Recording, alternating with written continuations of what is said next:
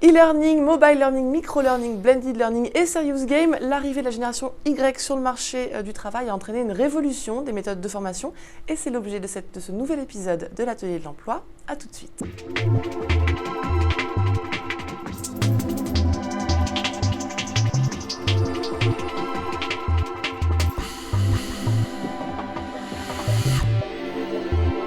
Et pour en parler, j'ai le plaisir de recevoir Pierre Berthoud. Bonjour.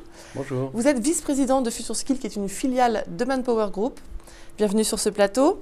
Future Skills est spécialisé entre autres dans ces nouvelles méthodes de formation. C'est donc l'objet de cette émission. Les méthodes de formation ont changé. Le numérique envahit la sphère de l'apprentissage. Qu'est-ce que ça change? Comment on apprend aujourd'hui? Alors comment on apprend? Il faut déjà se mettre dans le contexte des entreprises qui sont confrontées à des cycles de projets, des cycles de vie économique de plus en plus courts. Et on parle beaucoup depuis quelques années d'organisation apprenante.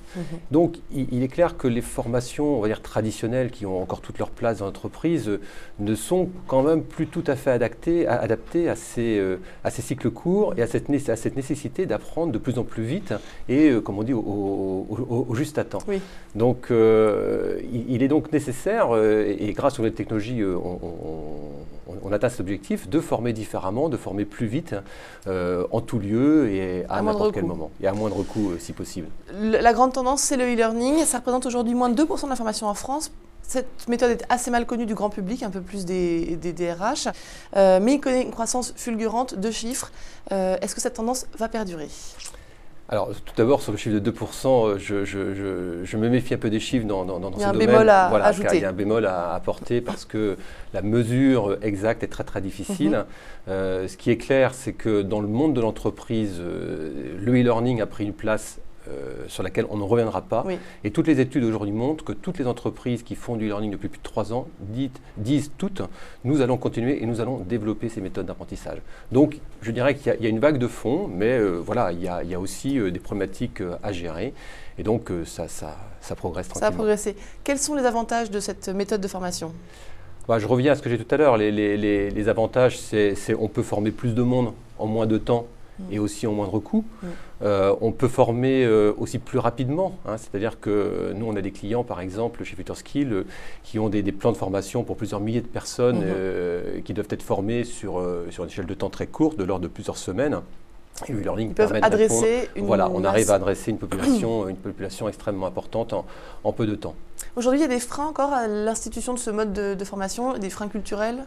Alors oui, il y a des freins parce que intégrer des méthodes, toutes les méthodes liées au e-learning dans un contexte d'entreprise, ça peut prendre un peu de temps. D'abord, il y a les formateurs eux-mêmes et les organismes de formation internes ou les services formation qui doivent eux-mêmes évoluer. Les entreprises doivent passer également d'une logique de coût d'exploitation à une logique d'investissement. Oui, qu'est-ce que ça change pour les entreprises, justement ? Ça change qu'il faut envisager la formation comme quelque chose de stratégique, c'est-à-dire quelque chose qui est au cœur du développement de la compétence absolument. Aujourd'hui, la compétitivité des entreprises dépend énormément de la compétence des collaborateurs. Donc, il faut déjà avoir une vision de la formation au service du développement des compétences. Oui. On sort d'une logique de coût, on va vers une logique d'investissement. Exactement. Et dans un contexte, en tout cas, si je me limite au contexte français, on est dans une logique de droit de la formation avec une logique budgétaire, on va dire, assez classique. Il faut accepter d'investir pour pouvoir récupérer, avoir un retour sur investissement tant qualitatif que quantitatif sur le moyen terme. Alors justement, quel retour on a pour l'instant sur ces modules ? En termes d'économie, de gains, de bénéfices économiques et en même temps d'évaluation de compétences. Alors, oui, il y a effectivement deux questions. Je distingue bien les aspects économiques des aspects qualitatifs. Sur les aspects économiques, on va dire que ça dépend un peu de la taille des entreprises. Il est clair que plus l'entreprise est grande, forcément plus les économies d'échelle sont importantes. Ne serait-ce que sur les frais de déplacement, certaines entreprises financent leur dispositif rien que sur ces économies. Pour les entreprises plus petites, on va dire de taille de 500 à 1000 collaborateurs, la problématique est un petit peu plus complexe parce qu'effectivement l'échelle liée à la grandeur de l'entreprise joue beaucoup moins. D'accord. Une dernière question sur le e-learning. Quels sont les métiers concernés par ces méthodes ? Aujourd'hui, c'est quasiment tous les métiers. On peut faire une distinction importante, c'est les entreprises de services, on citait par exemple le milieu de l'assurance, le milieu bancaire, sont très en avance parce que les métiers de ces entreprises se prêtent très bien à un apprentissage pour tous les métiers quasiment de l'entreprise. Le secteur industriel est un peu en retard. Et je pense que petit à petit, ils sont en train de rattraper ce retard. Très bien. Le e-learning s'accompagne de plusieurs méthodes qui fleurissent aussi en termes de modules de formation. Le social learning qui fait appel aux réseaux sociaux, les serious games qui sont des jeux vidéo pédagogiques et ludiques mais qui permettent à la fois d'évaluer les compétences des candidats. On a le micro-learning qui sont des formations très très courtes. Et enfin, le blended learning qui mélange la formation traditionnelle présentielle et le e-learning qu'on vient d'aborder. Toutes ces méthodes s'adaptent quelque part aux contraintes des candidats, aux usages, à leurs nouvelles habitudes. Est-ce que c'est la tendance aujourd'hui, c'est s'adapter aux candidats ? Alors, c'est s'adapter aux candidats, mais c'est aussi, je reviens à ce que je disais au début de l'entretien, c'est-à-dire que quand on apprend aujourd'hui, il y a en gros deux types d'apprentissage. Il y a un apprentissage de l'entreprise qui est organisé par l'entreprise, où finalement en e-learning, on va reproduire finalement une sorte de méthode qui se rapproche, qui n'est pas si éloignée que ça du présentiel, c'est-à-dire de la formation en salle avec un intervenant. Mais par contre, on est de plus en plus amené à picorer, c'est-à-dire des collaborateurs doivent aller chercher une information qui va devenir une mini-formation parce que, par exemple, demain, j'ai un entretien avec un collaborateur, je vais faire son évaluation. Comment je mène un entretien? Je vais aller automatiquement sur un portail d'entreprise, chercher une formation en libre service.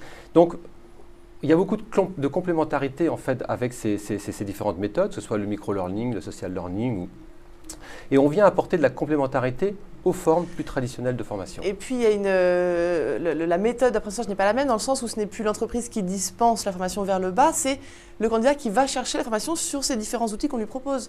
Donc, il y a aussi une démarche du candidat d'aller vers ces... Exactement, il y a un changement de paradigme, c'est-à-dire qu'il faut effectivement qu'on cherche à amener le collaborateur à être maître et à être leader un petit peu dans son propre processus d'apprentissage. Alors, c'est pas simple, il y a des populations qui sont naturellement plus aptes, on va dire, à aller sur ce genre de méthode, d'autres sur lesquelles il faut mettre en place des accompagnements, il faut accompagner ce changement, et justement, il faut vraiment les aider. Est-ce que les DRH aujourd'hui sont prêts à mettre en place des serious games, à faire la formation via Facebook, via Twitter? Est-ce que la culture du DRH a déjà basculé dans ces nouvelles... Alors, dans une récente étude sur le e-learning, sur les tendances, ce qui apparaissait, c'est que tout ce qui était lié à des usages collaboratifs, ce qu'on pourrait qualifier de social learning, c'est-à-dire le réseau social adapté à la formation, était un des leviers très importants sur lesquels les DRH comptaient à l'avenir. Chez Manpower Group, actuellement, par exemple, il y a une formation sur un nouveau logiciel qui est déployé sur l'ensemble de l'entreprise. Eh bien, le e-learning, une méthode assez traditionnelle où on va suivre un petit module, enfin un module en ligne fonctionne très bien, mais à côté de ça, est en train de se mettre en place une communauté d'apprentissage de manière à ce que des collaborateurs qui sont dans différentes agences puissent échanger les bonnes pratiques, qu'un tuteur puisse venir apporter un complément d'information. Donc vous voyez, c'est vraiment une communauté d'apprentissage qui se met en place en s'appuyant sur des modalités pédagogiques finalement relativement diverses. Tout simplement, la formation suit le chemin que suivent les internautes aujourd'hui, à savoir plus de communauté, plus de partage, plus d'interaction. Exactement. Merci Monsieur Berthoud d'être venu partager votre expertise du e-learning et de ces nouvelles méthodes de formation sur le plateau de l'Atelier de l'Emploi. À très vite.